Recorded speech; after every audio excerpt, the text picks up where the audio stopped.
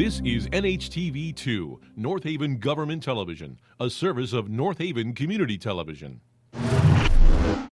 The following program is brought to you through the support of the Town of North Haven.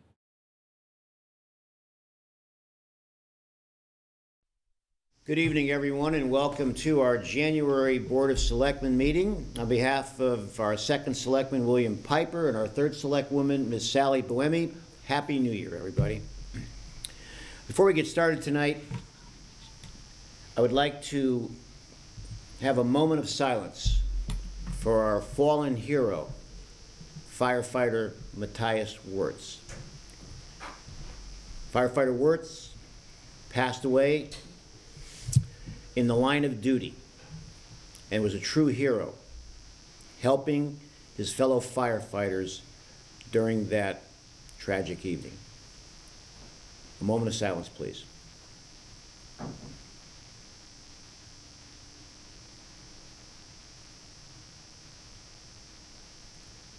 Thank you very much. Before we move on to the agenda, I'd just like to say that on behalf of Fire Chief Paul Januszewski and on behalf of myself, we are very grateful for the regional cooperation and the assistance that we received this past week. I was at the wake on Tuesday, the funeral on Wednesday, the cemetery on Wednesday, and an after event with the family and the fire department. And during those 2 days, we had mutual aid from all over the region. There were a large part of those 2 days, or there was a large part of those 2 days, where we had twice as many firefighters and twice as many emergency management personnel on scene. I had calls from all the mayors in the area and mayors across the state, including fire chiefs from the area, as did Chief Januszewski. We had all of our fire stations, even the volunteer fire stations, were manned by paid personnel from West Haven, Hamden, New Haven, Norwalk, East Haven, and other surrounding communities. And we're very grateful for that. Usually we're on the side of offering support and offering mutual aid. And it was a heartwarming feeling that we were able to have our entire fire department go to the wake and the funeral and the cemetery, knowing that we were covered with the surrounding municipalities who pledged their support and delivered on that support. So a special thank you to the region, the municipalities, the mayors, and the fire chiefs who really supported us during this very sad time. This man was a hero, ladies and gentlemen, perishing in the line of duty.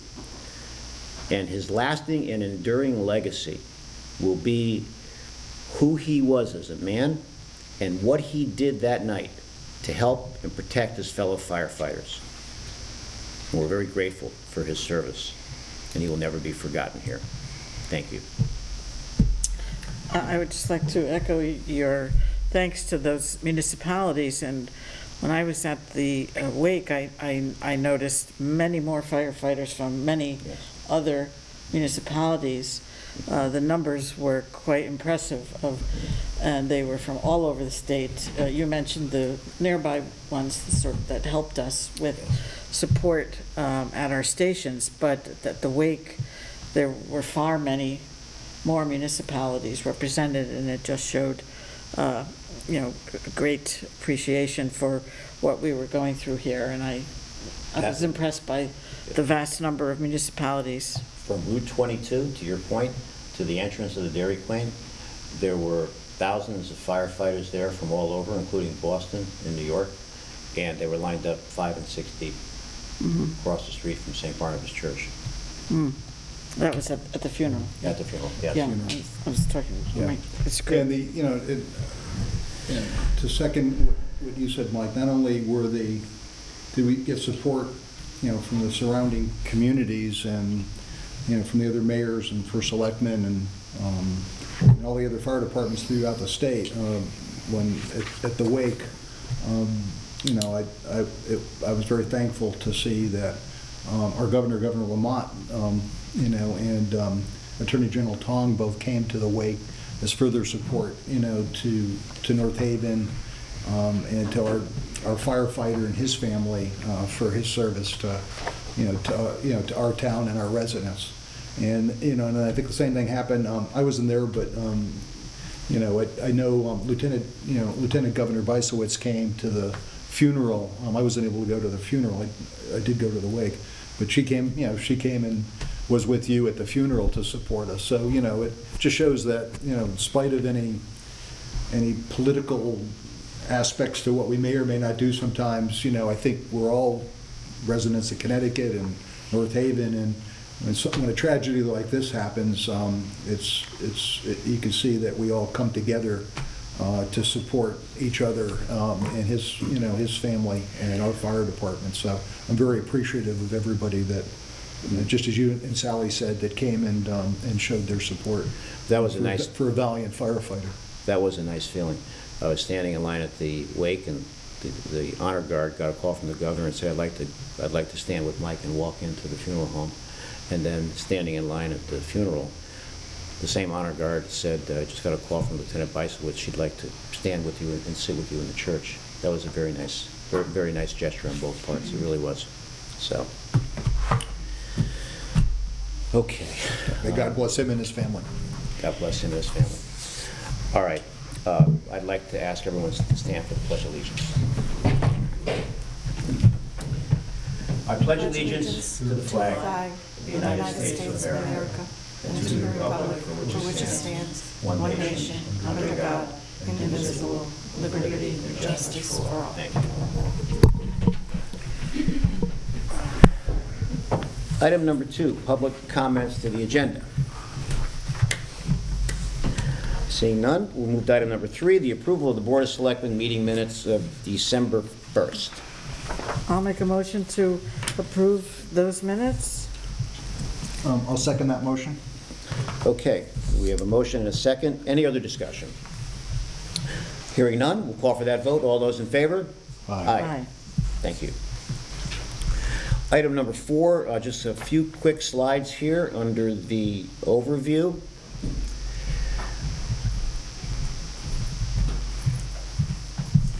I wanted to give everyone an update on the budget process update. We're at that time of year, ladies and gentlemen. So this is something that we hope everyone pays attention to this year. And here are some of the key components to what we're doing. The town budget process itself is underway. The department heads are and have sent to us their requests. The department budget workshops begin on Saturday, January 14th. All workshops will be listed on the website under Meetings and Events Calendar. There will be a town budget public hearing on Tuesday, April 4th at 7 p.m. at the North Haven High School. The annual town budget meeting will be Monday, May 8th at 7 p.m. And the referendum will be Tuesday, May 16th. And we will continue at these meetings to make mention of this. This will be publicized, and it's a process that I hope everyone pays attention to this year. On an additional note, this is an affordable housing plan update. I want to ask Valerie to read, if you would, Val, the correspondence from our town attorney. Sure, Mike. I'd be happy to do that.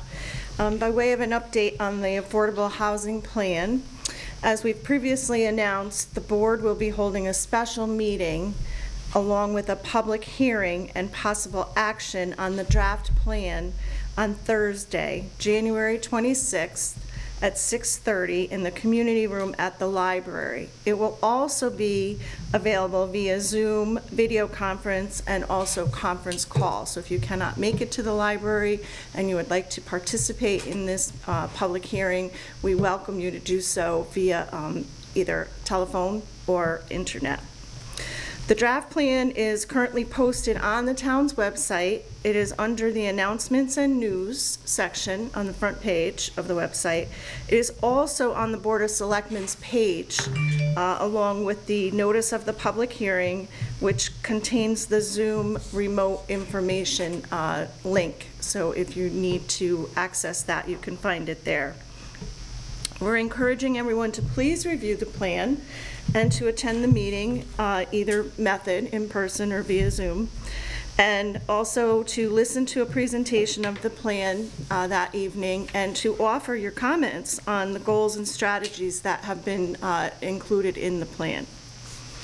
And also, on behalf of the Board of Selectmen, we would like to thank the members of the Affordable Housing Plan Committee, the advisory committee, for all of their hard work on this plan. And also, we'd like to thank the consultant, Glenn Chalder from Planometrics, for his great effort as well. So we are very appreciative for all of the effort that has been put into this plan, and we hope that everyone will participate at the public hearing on the 26th, 6:30. Thank you, Val. And on the screen there, just to reiterate what Val said, Thursday the 26th, Library Community Room. As we mentioned last time, we're going to be back to where we once started. Yeah. And the option to attend via Zoom at 6:30. So thank you, Val. At that point, we adopt the plan. We've already filed for the extension. We submit to the state, comply with the state mandate, like all the other municipalities across the state of Connecticut. So, next. Val, can Yes. you just repeat again for the folks at home, how they get to that link to the January Sure. 26th? 'Cause, Sure. I think that's important. Absolutely. People didn't have a pen handy when they're watching at home. Of course. On the homepage of our website, as you scroll down to about 2/3 down, there is a news and events section, and there's also a calendar there, but there's some blocks that have information, whether it be leaf pickup or whatever. There's the most current news. And there is a block there that says public hearing, and if you click on that, it will then take you to the page where you can find the necessary information. That is probably the easiest way to access it, but if you're used to going onto the Board of Selectmen's page to look at their agendas, it is also listed there as well, under the meetings. Thank you. You're welcome. Okay, thanks, Val. Thanks, Sally. This is a public service announcement, and this is a disaster mitigation virtual public meeting. And what this is about, ladies and gentlemen, is that as a member of our Council of Governments, I've been the chairman of the Council of Governments two times. Every 5 years, every Council of Government, and there's 6 of them, I believe, across the state, regional Council of Governments that are comprised of mayors, first selectmen, and town managers. Every 5 years, we as a Council of Government, we update what's called a disaster mitigation plan. And what this is a comprehensive overview of the 15 cities and towns in our South Central Regional Council of Governments. As part of the process in updating the plan, and the plan update includes all of the areas within the 15 cities and towns that have had flooding problems or have developed flooding problems. There's an identification of those areas, and this is something I'm directly involved with here in North Haven, with already identifying and have identified the areas and putting plans of action in effect. But this plan, once adopted, allows the region to apply for grants from the state or federal government to do some of the work that's required to ease some of the flooding and mitigate some of the areas that now, through global warming, have now become problems. So this public meeting is designed, it's a Zoom meeting, the link for it will be on the town website. It's going to be hosted by the South Central Regional Council of Governments. It's from 6 to 7 on Thursday the 12th, and it allows people to either Zoom in and listen, or Zoom in and identify areas that they may not see on the plan that are problematic right now. In North Haven, and these are areas that I've been directly involved with the residents in these areas: Todd Drive South, Patton Road, Marlin Drive, Sherwood Drive. There are areas up in the northwest part of town, and believe it or not, in the eastern part of town, where flooding occurs that maybe hasn't happened in years. So we're part of this process. We've already started some of the remediation. A good example is Old Clintonville Road in Sheffield. That's another problematic area. But this is just a public service meeting for people to listen in and get an idea of what's happening in the region, not specific to North Haven.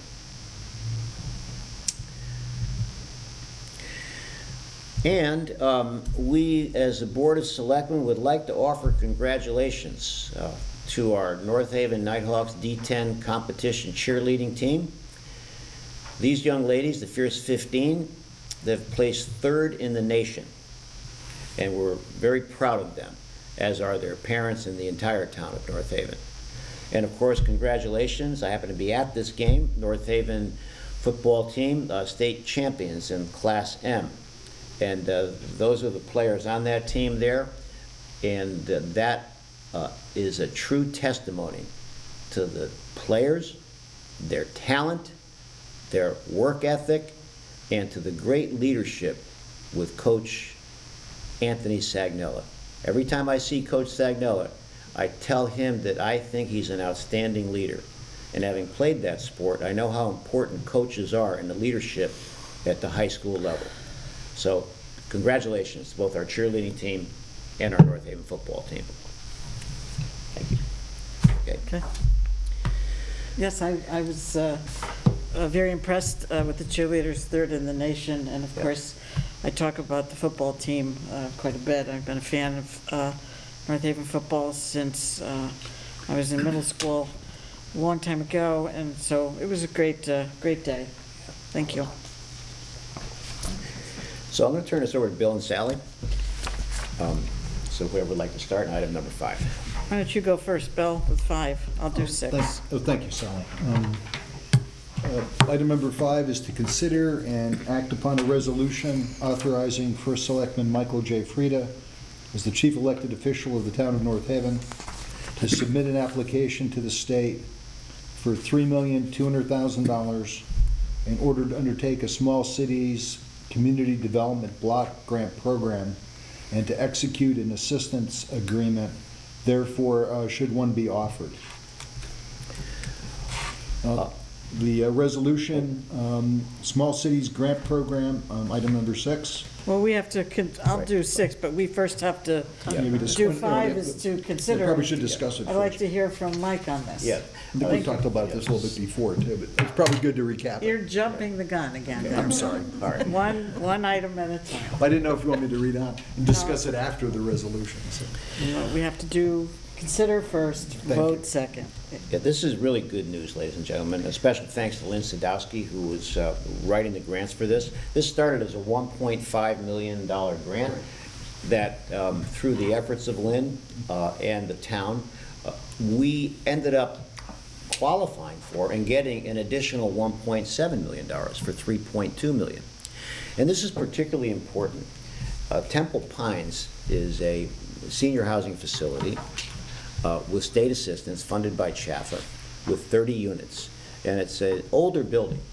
What this grant will allow us to do, Sally and Bill and the residents watching, and hopefully those if Temple Pines are watching also, what this grant will allow us to do is massive renovations that will include things like remodeling bathrooms, putting a new roof on, exterior walls being upgraded, sidewalks, an elevator renovation, which is tremendously needed there, particularly for people on the second and third floor, landscaping.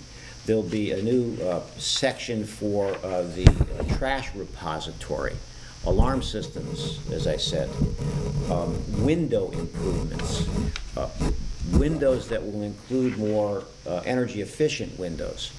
There will be a wide variety of things that will upgrade that facility tremendously.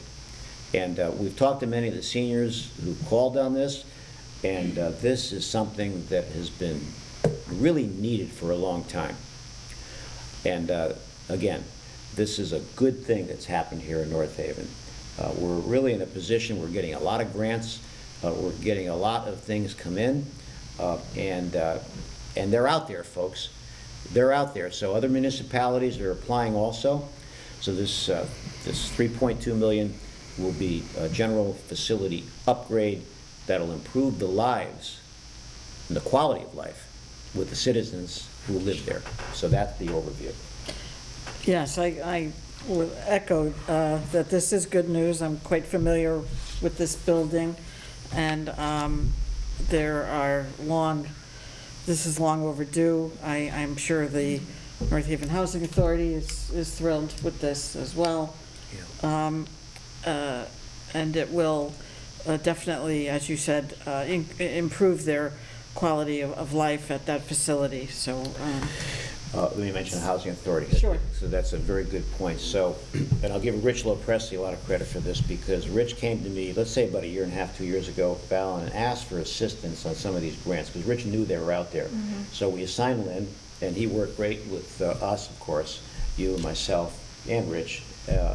And this really was a good team effort on this. It really was. So we're very grateful. Yes, I've discussed this with Mr. Lopresti myself every now and then, and I'm very happy that we're at this point. Yeah. So, Would you like to read the Especially resolution? with. I'll read, but with the Bill may have some. With the availability too, maybe I think the grant we're applying for now will be more than we, I think, initially anticipated. Yeah, so it's. So I think, but I think I think as you've kind of indicated, we've done our homework, and this is hopefully going to do everything, or a lot of everything that needs to be done to Twin Pines. So this is actually, or Temple Pines, this is actually really good. Yeah, it is. All right, so moving on to item 6, I will make the following resolution. Resolution, Small Cities Grant Program for Temple Pines improvements, whereas federal monies are available under Connecticut's Small Cities Community Development Block Grant Program administered by the State of Connecticut Department of Housing pursuant to Public Law 93-383 as amended, and whereas pursuant to Chapter 127C and Part 6 of Chapter 130 of the Connecticut General Statutes, the Commissioner of Housing is authorized to disperse such federal monies to local municipalities, and whereas it is desirable and in the public interest that the town of North Haven make application to the state for $3,200,000 in order to undertake a small cities community development block grant program and to execute an assistance agreement therefore, should one be offered. Now therefore be it resolved by the Board of Selectmen of the Town of North Haven, 1, that it is cognizant of the conditions and prerequisites for state assistance imposed by Part 6 of Chapter 130 of the Connecticut General Statutes, and 2, that the filing of an application by the Town of North Haven in an amount not to exceed $3,200,000 is hereby approved, and that the first Selectman of North Haven is hereby authorized and directed to file such application with the Commissioner of the Department of Housing to provide such additional information, to execute such other documents as may be required by the Commissioner, to execute an assistance agreement with the State of Connecticut for state financial assistance, if such an agreement is offered, to execute any amendments, rescissions, and revisions thereto, and to act as the authorized representative of the Town of North Haven. I will make that resolution as read. Very good. Is there a motion? That's a motion. Is there a second? Thank you for reading that, because that was one long resolution, and I'll second that. All right. 2 other things I want to mention about this in the discussion. This is a really good thing that we said, but what this will also do, ladies and gentlemen, is install an emergency generator. So if the power goes out, we'll have a generator for the senior citizens there, so they'll continue to have power.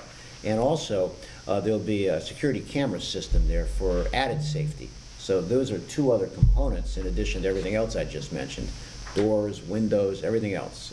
And that elevator, of course, being a key. So we have a motion and we have a second. I never felt safe in that elevator, so good. Okay, Sorry. So we call for the vote? All Yes. those in favor? Aye. Thank you. Next. Thank you.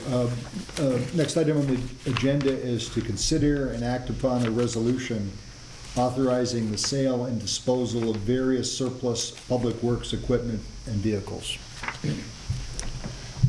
All right, well, I'll read 8, the resolution. And I guess we've done this on Yes. other occasions in the past. Do we have to read the entire list? No, I think- we don't. No? No. Okay. Just say Well, yes. it's a long list of 31 items, and Bill is absolutely right. We do this on occasion. Usually, it's just a few police cars or maybe a old backhoe or something. This is quite an extensive list, certainly the longest I've seen in my 10th year now on the Board of Selectmen. And so I would like to make an amendment to the resolution before I read it. I would like that, because in this resolution, we, the Board of Selectmen, are authorizing the Director of Procurement and Administration, Richard Monaco, to auction or dispose of these 31 items, mostly public works equipment. But I would like to make our authorization conditioned on Mr. Monaco providing us with a report at the end, telling us how it went with each item. Yeah, we can do that. Yeah. Okay? Yeah. So this is a regular meeting, so I can amend. So I would like to add to the end of the resolution that this authorization is conditioned upon receipt of a final report of said auction or disposal from Mr. Monaco. Does that seem fair? Yeah, just so there's no confusion, so we move forward with this, he'll provide a report. At the end, yeah. At the end. I would just. That's fine. Something that he, because it's just such a long list, I would like to see how it goes. Yeah, I think that's. I'm pretty familiar, Ed Swinkowski, our the late finance director, would, informally tell me, yeah, we got this much money for each retired police car. So I had some idea, but this is such an extensive list and some of these things here, I'm not even sure what they are. So I just felt like I would like to see more of a formal written report because of the extent of the list. We'll do it. Does that seem fair? That's fine. Okay, so I'll make a motion to amend the resolution to say this authorization is conditioned upon receipt of a final report of said auction and/or disposal from Mr. Monaco. All right, so we have a motion. Which I think, just for clarification, I think as Mike was trying to do, we're not asking to approve any of the bids, we're just wanting a report on what was actually. A final report, so that, Of I think the that items that implies. were sold and what the prices. Yeah, obviously, we're authorizing him, as he should, to have the discretion. I'm not questioning that. I just want to know what these 31 items went for, It's not just the normal couple of cop cars. Oh, yeah. It's And just for people, maybe, along the same lines, there are a lot of different, like you pointed out, Sally, 31 items with a lot of different equipment. Yeah. Including things like some arc welders, but there are some vehicles there, and you can see that, we definitely have gotten our use out of the vehicles. I mean, Like, there's. 1997, 1999, 1994, 1997, 1993, vehicles are going to be Yeah. auctioned off. So we've gotten 20 plus years out of, 25 years in some cases or more out of these vehicles. Right. So There's it's not some- like any of this is something we just purchased. I think Public Works is pretty much, gone through the usable life on all these items. Right, we never authorized this type of auction or disposal until they've reached their usefulness to us. That's why it's termed in the resolution surplus, but there's a lot of big ticket items, there's some medium ticket items, there's some unknown ticket items to me here. I don't know what an electric transfer switch is, but it sounds like a switch The only that typo we should transfers fix things is that it's, electrically. it's not Torre, it's Toro. A Toro 325D rear wheel. Yeah, Oh, Just yeah. like the next one is the front ones, but just a small Yeah. typo, I'm sorry. I will fix it. yeah, Toro, the Toro company wouldn't like that. Yeah. But, I'll make that motion for the amendment as read, Yes, I'll second that motion. okay? all right. And now I will read the resolution. Make this following resolution: resolved that the town of North Haven authorize the auction and disposal of the following surplus public works equipment and vehicles. The Director of Procurement Administration, Richard Monaco, is authorized to determine acceptable bid offers and/or take said equipment vehicles to alternate auction locations. All revenue received will return to the town's general fund. This authorization is contingent upon receipt of a final report of said auction or disposal from Mr. Monaco. And then I would just say, as far as the public works equipment that's referenced in the resolution I just read, those are the items listed in our agenda. All right, so we have a motion? I'll second that motion. Second? Any other discussion? Hearing none, we'll call for that vote. All those in favor? Aye. Okay, very good. That's good. The next item. Next item is resignation and appointments. A motion for the appointment of Sumit Sharma, 88 Frost Drive, to the Community Services Commission for a 3-year term to expire December 31st, 2025. I'll second. All right, motion and a second. Any other discussion? I reviewed Mr. Sharma's resume, and it's It is. very impressive, and impressive. I am confident, I know him, and I'm confident he'll do a great job on this commission. Thank you, Mr. Sharma. We appreciate your willingness to serve. All those in favor? Aye. Aye. Okay, next one. I'll move for the appointment of Nancy Barrett, 1 Crestview Drive, to the Open Space Advisory Committee with the recommendation of the Board of Finance for a 1-year term to expire December 31st, 2023.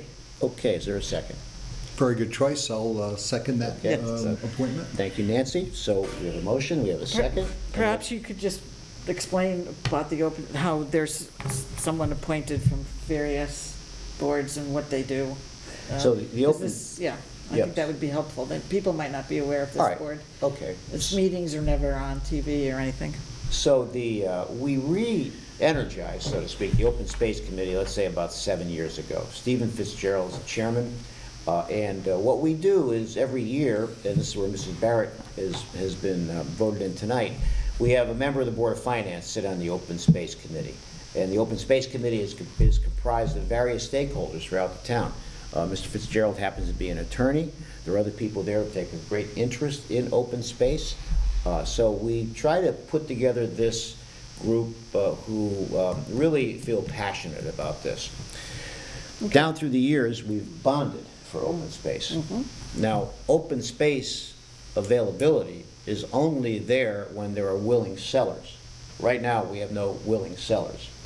So we activate the Open Space Committee when we see there's opportunities, or people come to us and say, would the town like to purchase open space? That's kind of a summary. Yeah, we do bond, but I think we got some grant money one time for one of those Yes, as well. yeah, Was we it did. the one Kings Highway? I don't remember exactly, but we did get some grant money Yeah, we did. toward one purchase. And the Open Space Advisory Committee, who do they advise? They advise the Board of Selectmen because That's right. per charter, we vote on whether to purchase property, That's right. excuse me, to sell. So, Purchase goes to town meeting. Right. But the sale goes through us. Right. And so, sorry about that. The Open Space Advisory Committee advises us on the purchase That's of right. open space. the purchase. Yes. Right. So with that, I'll second the appointment. And did we vote yet on Mrs. Barrett? Oh, we'll call for the vote in a Well, second. second. You You made the motion. you did the first. Bill Me- already second. seconded. We just need a vote. Yeah, that's what I thought, All yeah. right, all those in favor? Aye. Okay.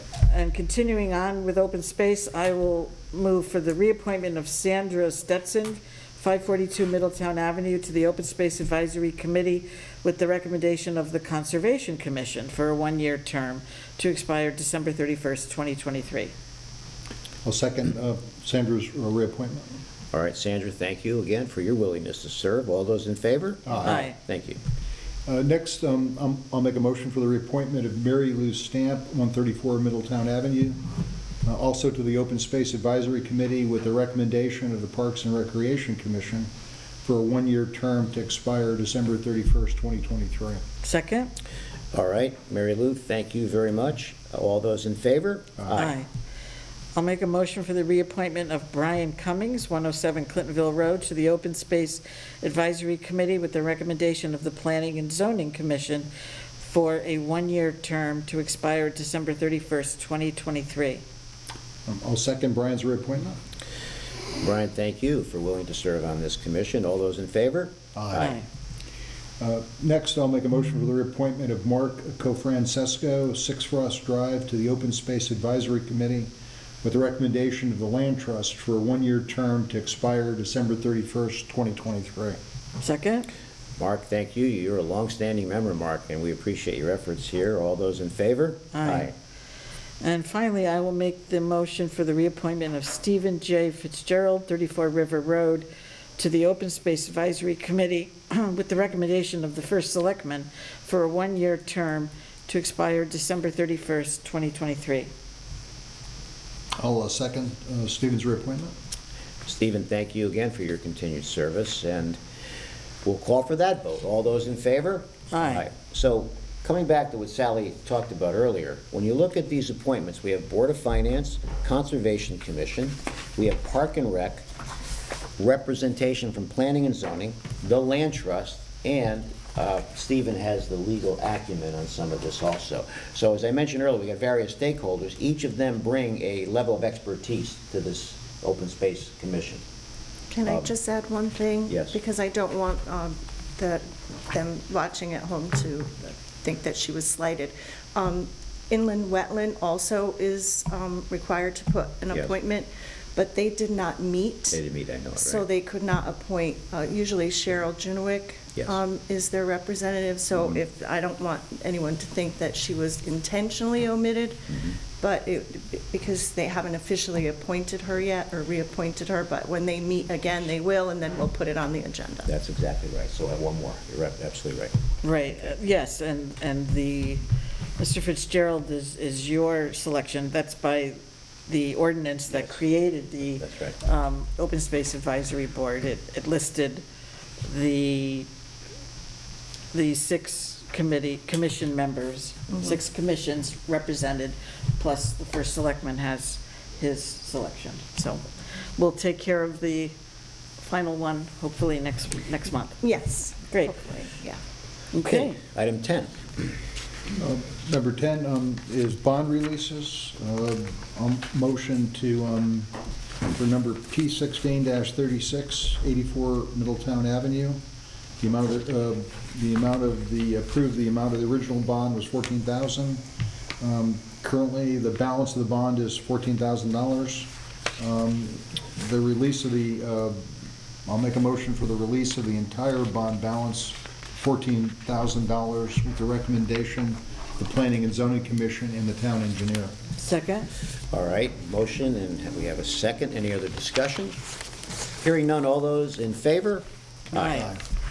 And our second and final bond is P18-18, 32-38 Second Point Road. The amount of original bond was $22,000. The current balance of the bond is $22,000, and I will make a motion to release the entire bond balance of $22,000 with the recommendation of the Planning and Zoning Commission and Town Engineer. I'll second that release. Okay, we have a motion and a second. Any other discussion? Hearing none, all those in favor? Aye. Thank you. And I'll make a motion per item 11 to approve the property tax refunds listed in the agenda. After looking at the releases, nothing unusual, and I'll second those property tax refunds. All right, so we have a motion and a second. Any other discussion? Hearing none. All those in favor? Aye. Item 12, the next regular meeting of the Board of Selectmen will be here on Thursday, February 2nd at 6:30 here at Upstairs Conference Room in Town Hall. And we're at the point, public comment. Any comments?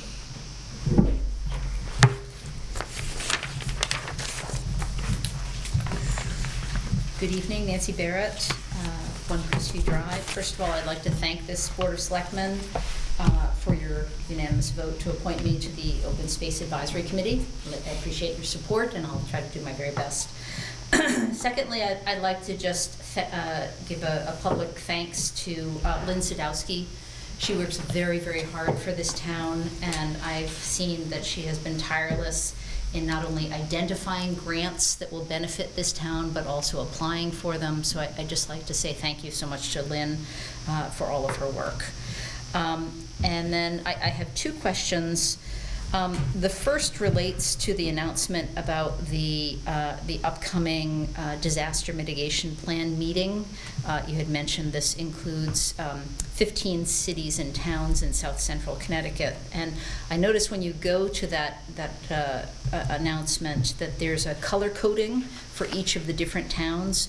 So I'm just wondering, does the color coding, and we'll find out more about this obviously at the meeting, but does the color coding relate to some relative level of flooding risk? In which case, does that also reflect the ability to apply or have access to equal amounts of funding? The or other is way, it Mike? Anyway, yeah, okay. Yeah, you see the little insert there, Oh, that yeah, how there's there. different Yeah. levels of green and blue of different, shades. Yeah, I think the answer is yes to both questions. Yes. So there's differing levels of flooding risk, and so therefore each of those towns would have the ability to apply for differing levels potentially of. It wouldn't be the Support. towns applying, it would be the COG applying on behalf of the town. Oh, I see. So it's not the individual. You wouldn't be applying for North Haven. But we've applied separately in certain areas. Sure. And, with the regulatory aspect of Army Corps of Engineers, you would think that we could go into a brook, as an example, and just clean out and dredge the brook. You can't. You have to get permission. And we have our local wetlands that, doesn't give us a problem on that. But when it's major drainage projects, Army Corps of Engineers, deep, and it's quite complicated to try to get something done.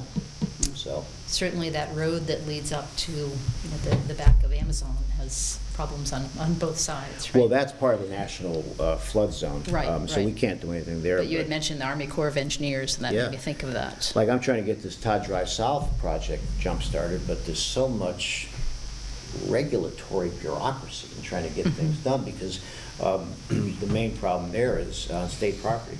And that's part of the problem. Mm-hmm. Right. But yeah, I think the answer is yes and yes to your questions. Okay, thank you for clarifying. And then my second question is, back on December 30th, so not just a couple of weeks ago, the Connecticut Department of Public Health changed the risk rating for New Haven County COVID-19 risk up to an orange level, which represents the highest risk level. And so, and this is community risk. And so with that comes specific recommendations that are on their website at both the individual level and at the community level. At the individual level, they recommend wearing high-quality masks, and secondarily, consider avoiding indoor activities that are non-essential, particularly for those people who are at risk of becoming quite sick. And again, you just never know who's going to become very, very sick with this illness. But at a community level, the recommendation is to implement healthcare surge support as needed. So I'm just wondering, as we kind of ebb and flow through this, the ups and downs of various levels of infectivity, And quite honestly, I think that there's kind of an underreporting now that people can take all these at-home tests. I don't think we really have a true gauge of the level of infectivity. What is it that's being done sort of across the board at our town? Anything, or in our school systems? Well, we're in an advisory role right now. Masks aren't mandated, but people, we say if you feel that your immune system is compromised, feel free to wear a mask. We encourage the washing and the washing of hands throughout the town buildings. We refill the dispensers on the hand sanitizers. But like last night was a good example. I was at the governor's ball, 2,000 people. I got invited. Nobody's wearing a mask. That's so unfortunate. I was telling Sally earlier and Bill that I got invited to the governor's inauguration, and there had to be in the Armory in Hartford 1,000 people. Only one person was wearing a mask. So I think the answer to your question, Nancy, is that we're just advising. We're not mandating. And we see that seems to be not only here in North Haven, but just about everywhere, what the municipalities are doing in an advisory role. Well, and just jumping on what Nancy said, if you've been reading the Register the past couple of days, there's front page articles on this new variant. And Val and I were talking about this before the meeting. They've given it some, I don't know why they give them such crazy names. This one I can't. It's all a bunch of numbers and letters. There's this new one that they're saying has a high infectious level. It's not over. I mean, we all are happy that life is crawling back to normal and has crawled back to normal. But I still wear a mask when I go to Stop and Shop, and I'm a little concerned that maybe only 10% of my fellow shoppers are doing so.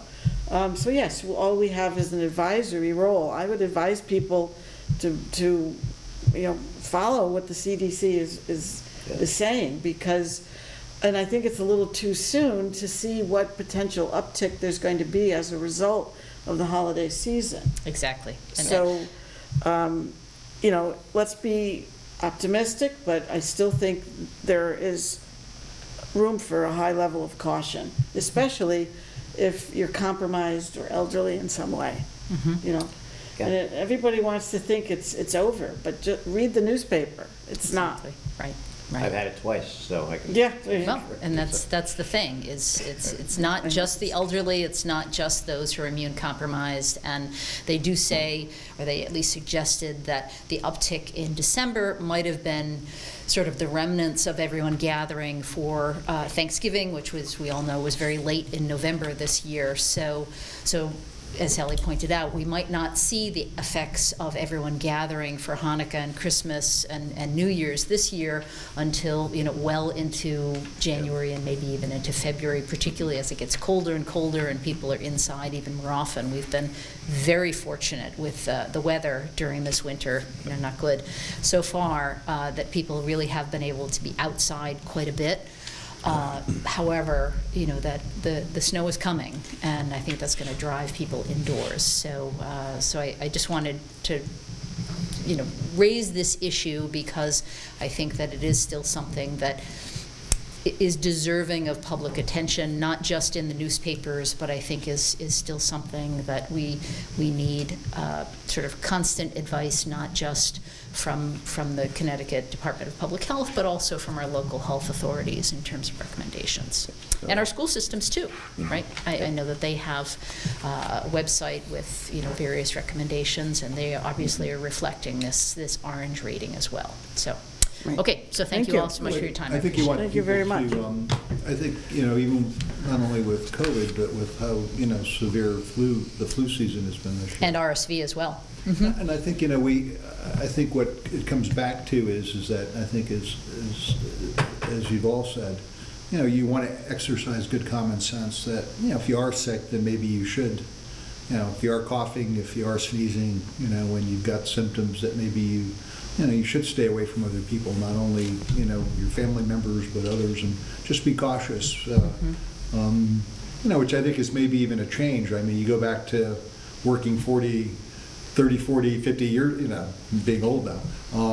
At the very beginning, people always went to work, coughing, sick and stuff like that. And now, I think we all know better that, you, regardless of, whether it's COVID, the flu, or any of these other respiratory viruses, or even, even a stomach virus or bugs or whatever, it makes sense to be careful and not give it to somebody else. So, Right. So I think we've all learned maybe to, avoid other people, and also if you're uncomfortable, like as you said too, if you're going to shopping and you're uncomfortable, then you should wear a mask. Right. As opposed to trying to mandate it. And I think that actually created maybe more problems by mandating it for everyone than people trying to exercise good.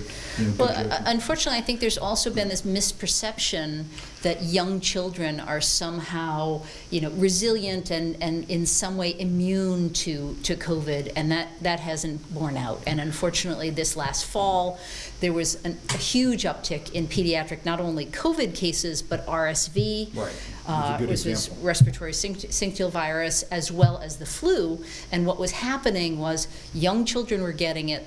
Many were unfortunately being hospitalized, and those that were not hospitalized were giving it to their grandparents who were taking care of them so that their parents could, go to work. So unfortunately, it wound up being cyclical within families, and that can have devastating results. So again, I think we have to be careful not only as adults, but we have to be careful with our children as well. So. Yeah, and I saw that with my, with my granddaughter, that, the daycare arrangement that she had, they were very conscious about her not coming in if she had a cold or vice versa. Right. So that they wouldn't cross-contaminate. But we also have to build up immunity, so. Exactly. So again, I think a lot of it comes back to just everybody trying to take care of not only themselves, but each other, Each other. like Exactly. we talked about. But Okay. Thank you for your time. Thank you. Appreciate it. comments. Okay. Thanks. That's it. So I'll make a motion to adjourn? All right. Is there a second? I'll second. All those in favor? Aye. We'll see everybody next month. Thank you very much, ladies and gentlemen. The preceding program is brought to you in part through a grant from the town of North Haven.